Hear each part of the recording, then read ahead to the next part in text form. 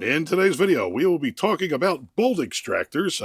Anyone who's been turning wrenches for any period of time has probably ran into a broken bolt or a bolt that has been sheared off, or possibly you broke that bolt off yourself, and now you're in a situation where you got a bolt in the hole and it no longer has a head on it, and that's where the bolt extractors come in. Me personally, if the thumbnail hasn't already given it away, the square style are my go-to. I've been doing this 30 years. I've tried pretty much all of them, and that's the one. That's the one that seems to work when the other ones don't. Let's just leave it at that. I am aware that you can weld a nut on the top of it and bring it out that way. I can tell you, 100% of the time, it works on social media, not so much in actual practice. We'll just leave it that way. And people have been doing that for years. It just all of a sudden someone posted that on TikTok, and now everyone's just like, "Oh, there's no way to do it." Yeah, we've been doing that for years, pal. Relax.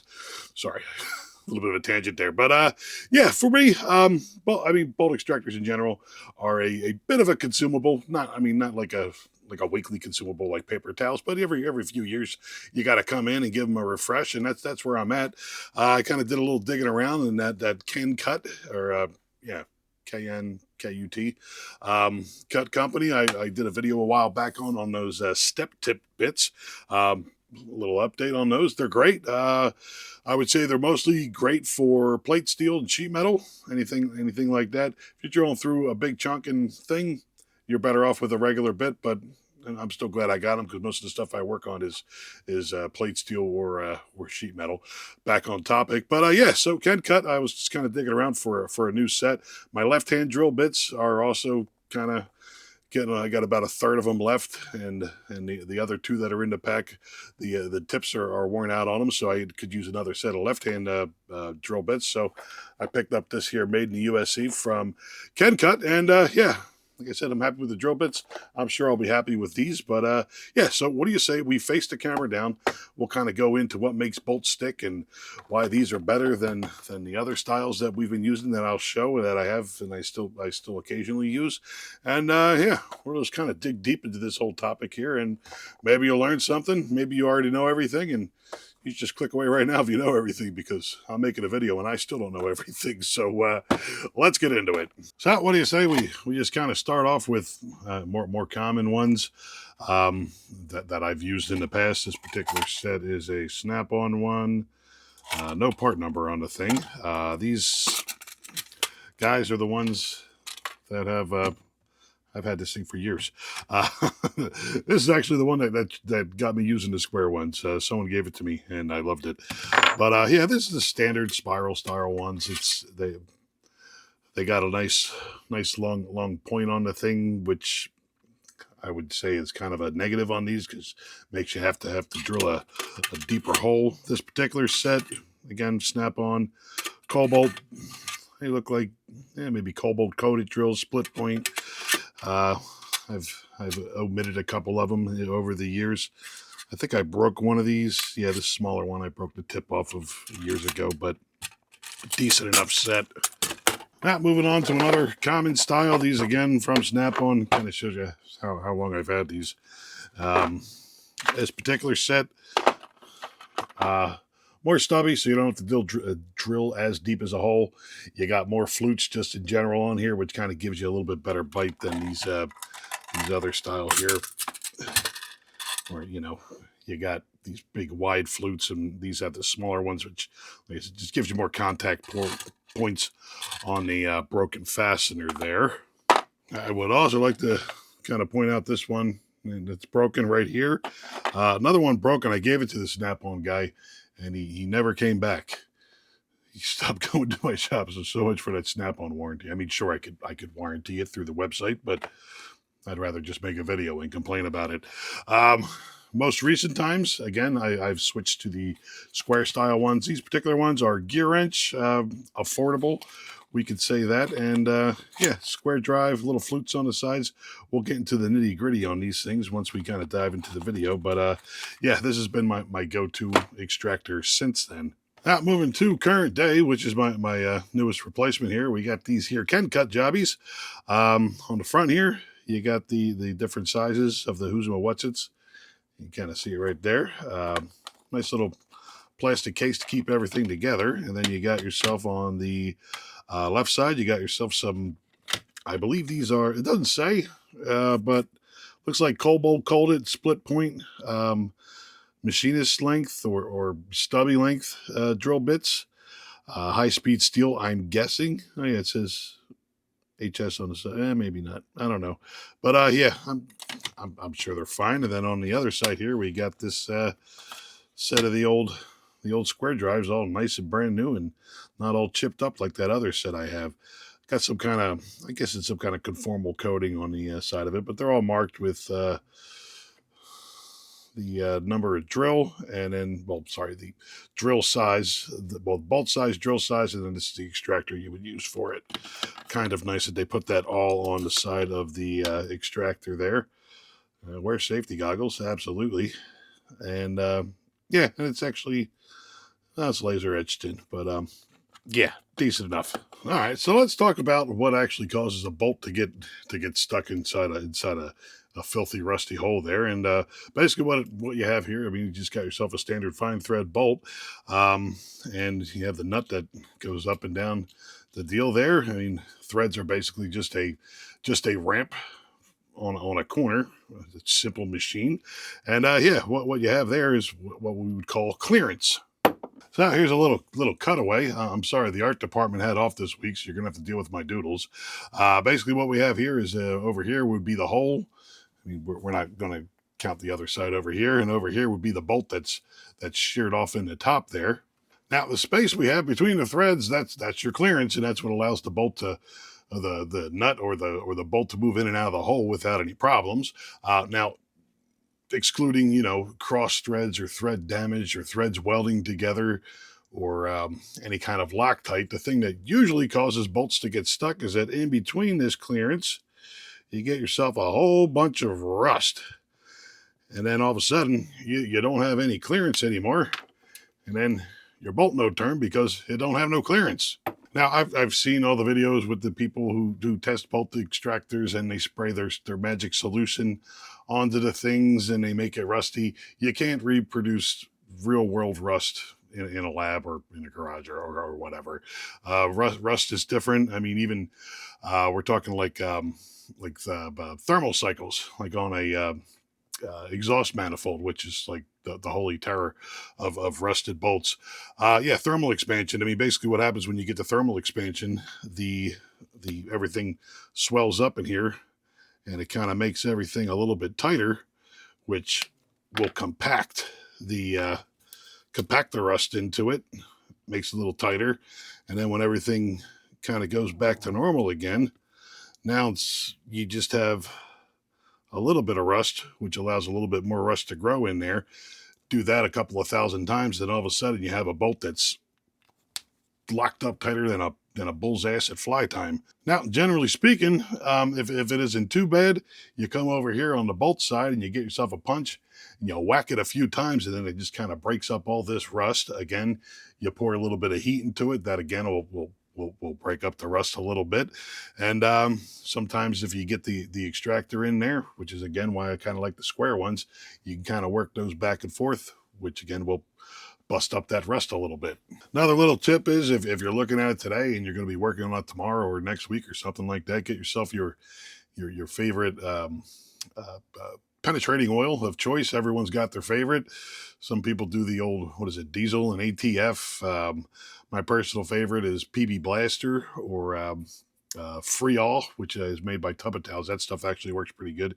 I find usually the stinkier the stuff is, the better it is. But yeah, just spray it down, and then the next day that oil will kind of work its way down inside these threads and give you a little bit of lubricant.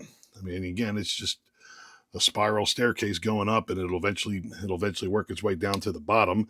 I mean, if you're looking at it quite often, you can just kind of give it a spray every couple of hours, and that usually helps out a little bit. Another little trick is if it's a blind hole, like you're saying, you're going into a head,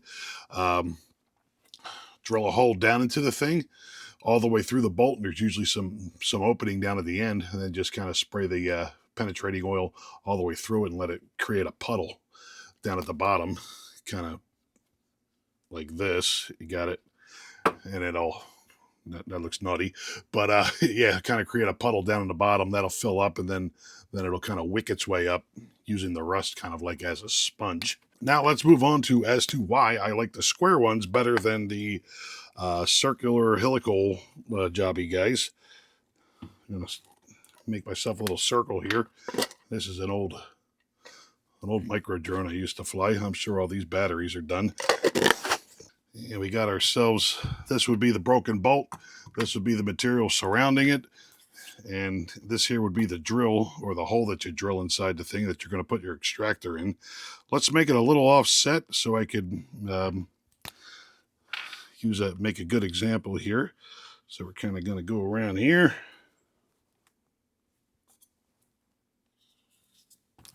All right, that looks good enough. So the biggest problem with these screw-in style extractors like these, of course, these are also left-hand flutes, and even this style down here, is that you're trying to remove the bolt, and as you're screwing in, as the bolt gets tighter, this has to jam in a little bit further. So as that is jamming in on all the sides, you're putting pressure on the broken bolt with the extractor,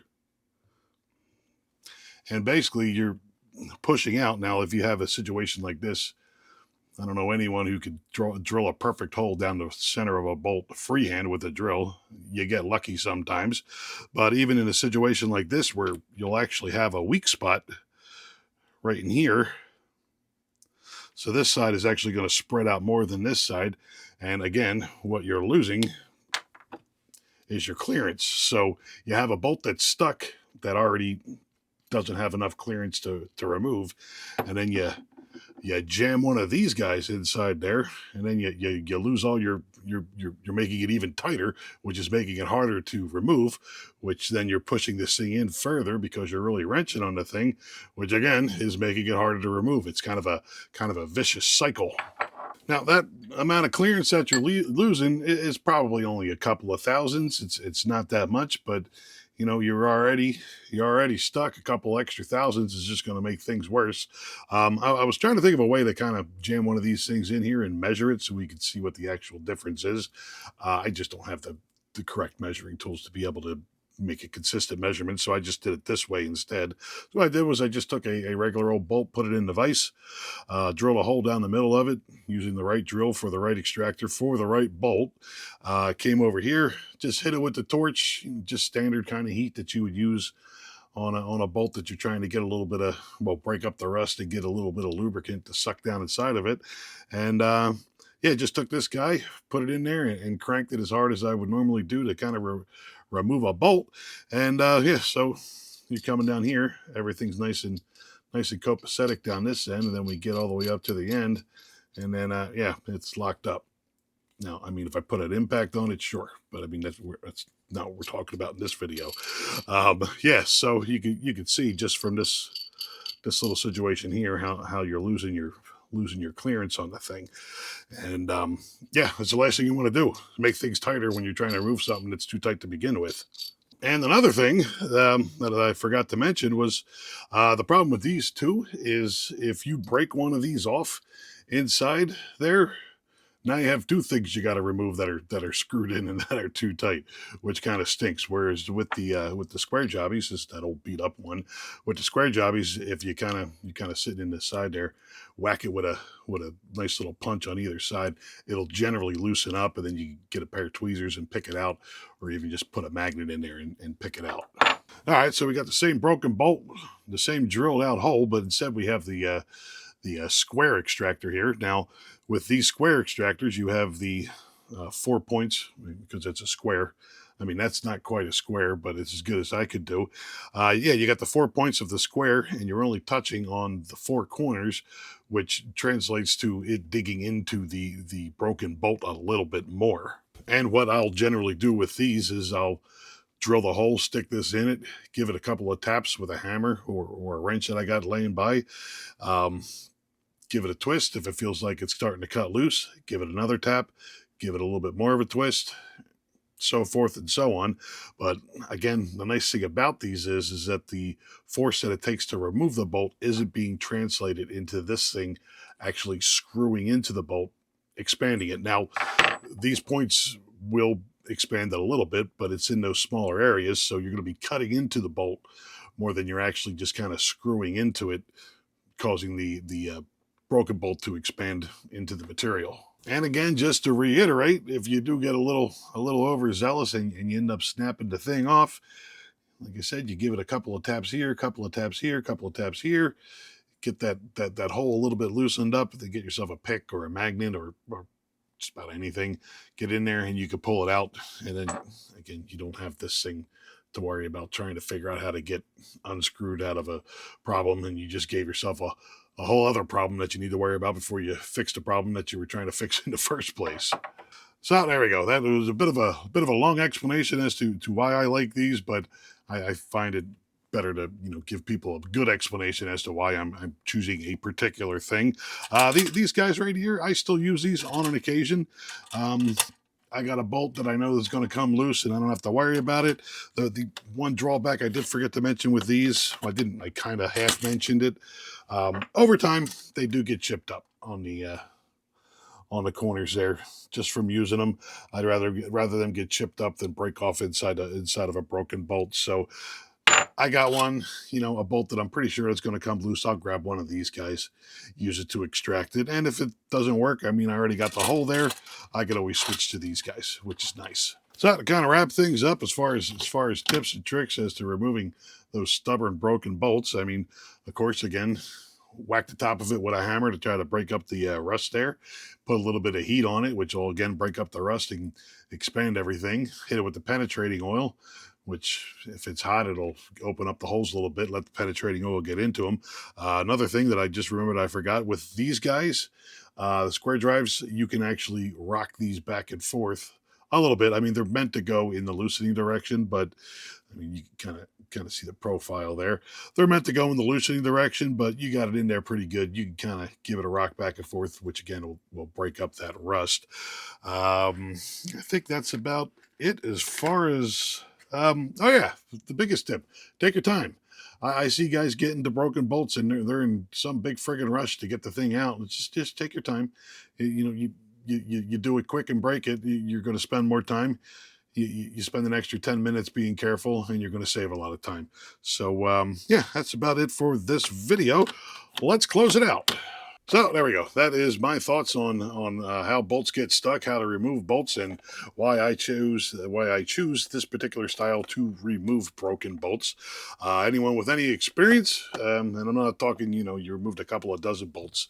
I'm talking you've removed hundreds, if not thousands, of broken bolts over the years, will tell you that there isn't one method or one tool that will remove every single bolt. Sometimes one tool will work when other tools don't work, and one method will work when it doesn't work in other situations. It's just a matter of figuring out as you go. And yeah, for me, these tend to work when the other styles don't work, and that's why I choose these ones. So yeah, and I choose KnKut because their drill bits I bought before were kind of nice. They're made in America, and they seem like a decent set, and it came with left-hand drill bits, and I need lefty drill bits anyway. This particular gear wrench set, I've used this for probably three or 4 years, and yeah, it's a good set. It's a little bit cheaper. I think these guys were, well, a lot of it cheaper. These guys were like $20. If I could still find them on Amazon, I'll link them down in the description if you kind of want to give these a try without diving in for the bigger bucks. These ones, I wouldn't call them expensive. I would call them appropriately priced. This whole set right here is about $100. Considering a decent set of these square drive extractors are $50 and a decent set of lefty drill bits are about $50, I think that's a decent deal. So, like I said, just a little bit more on the higher end side. But yeah, so that's about it. If you're wondering, I keep forgetting to mention this, all the scratches on my hands. We got 2 new kittens, and the one male I've been wrestling with, and he gets a little aggressive sometimes. I'll drop a picture of it. Toby and Raven. We were only planning on adopting one of them, and then we found out that they were kind of bonded because the litter came in like over a week, and the lady kept finding kittens, and the last two were them two, and they kind of grew a bond together. We couldn't split them up because they were sweeties, and yeah, so we've had them for a while. So you're going to start seeing scratches on my arms again. My old cat passed away back in uh, probably late winter, and I didn't mention it because I promised myself I wouldn't cry on camera. My little buddy, he died, and yeah, so this summer, the end of August, we got this new group, and yeah, they're a joy to have around the house. And I just went way off topic there,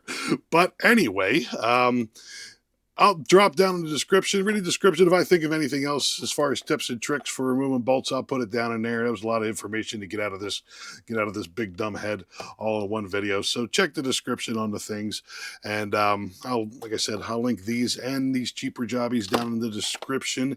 Any questions, comments, or concerns, you can leave them down in the old comment section, and I will do my best to get back to you. I'd like to thank you for watching. There you go.